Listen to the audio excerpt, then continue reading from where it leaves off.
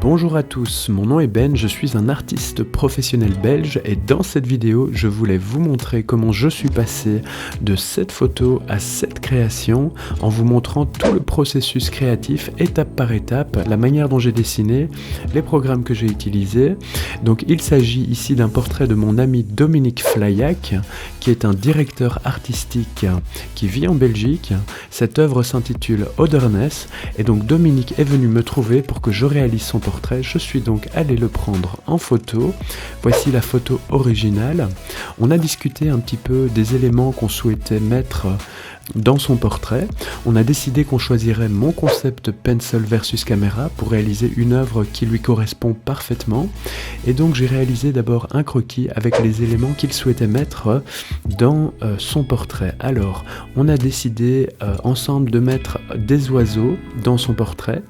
Dominique souhaitait qu'apparaissent dans son portrait des oiseaux. Il souhaitait également qu'on l'on voit deux femmes qui s'enlacent, également un crâne avec un serpent, de la végétation et des montagnes dans le fond. J'ai donc réalisé ce portrait rapidement. J'ai également rajouté un œil au milieu de son front. Et puis j'ai modifié la photo. J'ai fait mes retouches habituelles. Je suis passé de cette photo pour passer à cette photo.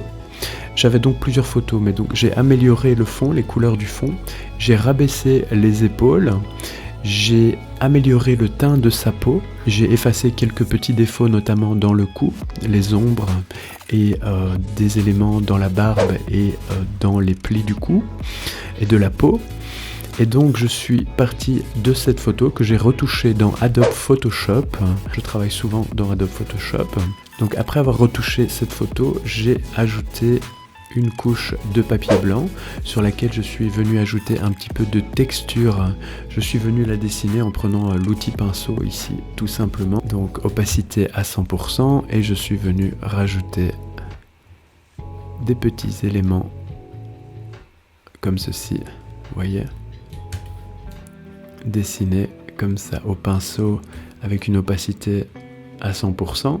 J'ai ensuite dessiner les premières lignes du dessin en rapport avec les éléments que nous avions choisis, en choisissant quelques références. Donc ici, il s'agit d'un crâne, des fleurs, deux femmes qui s'enlacent, des oiseaux, des mains qui s'enlacent, et le portrait de Dominique.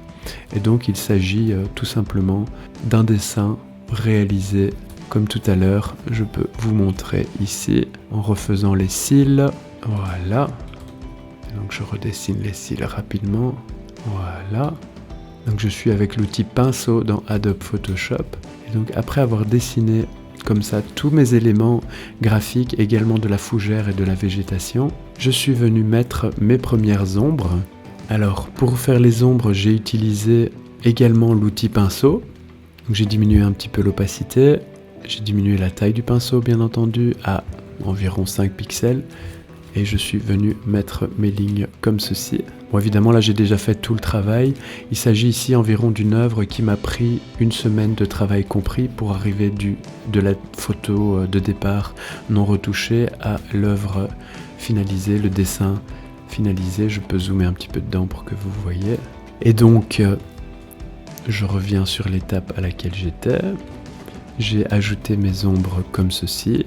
Donc voilà, c'est principalement une technique de cross-hatching au niveau du dessin, donc je croise les lignes et ça prend pas mal de temps comme la résolution est quand même assez grande. Vous voyez que la résolution ici fait environ 6792 pixels de haut. Voilà, donc après les premières lignes, les premières ombres, j'ai peaufiné encore mes ombres en rajoutant plusieurs couches, plusieurs layers d'ombres au fur et à mesure. Je vous montre encore quelques petits exemples ici. D'ombre, je peux repartir du dessin moins abouti pour vous montrer quelques ombres de manière un petit peu accélérée. L'idée c'est de partir du général et aller vers le particulier. Je travaille avec une tablette graphique. Je travaille toujours avec une tablette graphique, rarement à la souris, même quand je fais des petites retouches dans Photoshop, c'est vraiment pratique. Donc, depuis des années avec une Wacom Intuos 4, dont le stylet a déjà rendu l'âme pas mal de fois, mais j'ai toujours su le réparer. Vous voyez que ça prend quand même pas mal de temps. J'ai ensuite peaufiné mes ombres, rajouté des détails, encore et encore dans le visage, Adobe, et donc je diminue l'opacité. Et je peux vous montrer un petit peu l'effet que ça donne quand le fond est blanc. Voilà, donc on a les lignes. Et donc vous voyez ici, si j'augmente un petit peu sa taille, vous voyez un petit peu l'effet que ça donne. Ça permet de faire des aplats un petit peu plus grands et d'avoir une texture assez intéressante. Donc il y a des dizaines et des centaines de pinceaux disponibles sur Photoshop. On peut les créer soi-même avec des textures différentes. Et donc voilà, les endroits où ça dépasse, après avoir réalisé toutes mes ombres, je les gomme comme ceci. Donc, il y a beaucoup de travail derrière. Donc là j'utilise l'outil gomme tout simplement. L'idée c'est de donner du volume, des effets de lumière, que l'image soit peps et que les éléments graphiques ressortent un maximum. Donc ici en l'occurrence ce sont les oiseaux, les mains. Donc voilà, vous voyez un peu comment j'avance là-dedans. Je reviens là où j'en étais. Donc je rajoute les éléments dans le dessin au fur et à mesure. En général je fonctionne vraiment par coup. Je travaille un petit peu les ombres comme vous le voyez ici. Hop, j'ai rajouté des parties ombrées, un mélange entre aplat et cross-hatching. Ensuite, j'ai commencé les petites corrections, notamment sur le crâne ici, pour qu'il ressorte un petit peu plus. Donc, pour dessiner les éléments, comme je l'ai dit tout à l'heure, j'utilise principalement des références. Je fais des montages customisés sur mesure pour que tout soit 100% original.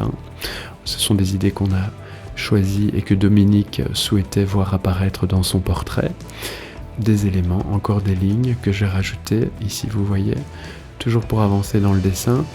Ensuite je me suis rendu compte que le dessin était un petit peu trop large que ce que je souhaitais, donc je l'ai un tout petit peu condensé, on va dire, à l'horizontale. J'ai rapproché les éléments entre eux, comme vous voyez. Ici évidemment à chaque layer que je fais, j'ai préparé tous les layers pour vous montrer toutes les grandes étapes, mais évidemment pour arriver rien que jusqu'à ce résultat-là, comme je vous l'ai dit, c'était plusieurs jours de travail. Donc ici, rien que la retouche, ici pour tout, pour rapprocher les éléments entre eux, c'était pas mal d'heures parce qu'il a fallu tout retoucher un petit peu. Et ensuite, je me suis rendu compte, comme je vous l'ai dit tout à l'heure, que la petite boule de feu au centre de son front ne me convenait pas. Je l'ai utilisé dans un autre dessin et donc je suis venu y mettre un œil géant. Et je trouvais que cela complétait parfaitement cette œuvre basée sur l'altérité. Les yeux de Dominique sont fermés et pourtant les yeux sont dans l'introspection. Dominique est dans l'introspection et pourtant il a les yeux, un troisième œil on va dire, grand ouvert vers l'extérieur du monde avec tous ces éléments qui reflètent sa personnalité. Donc voilà l'œuvre finalisée. Je vous invite à découvrir le travail de Dominique. Je vais mettre des liens sous cette vidéo. Donc cette œuvre appartient à ma série Pencil versus Camera. Vous trouverez également des liens dans la description de cette vidéo. Je vous invite à la liker, à aller voir mes autres tutoriels. Je vais bientôt commencer une nouvelle série de tutoriels Photoshop avec vraiment en détail des descriptions pour arriver à des résultats précis. Toute une série de petits tutos. Je vais un petit peu changer la forme de ces derniers, donc j'espère que ça vous plaira. Voilà, je vous dis à bientôt pour un prochain tuto et si vous avez des questions, n'hésitez pas. À bientôt.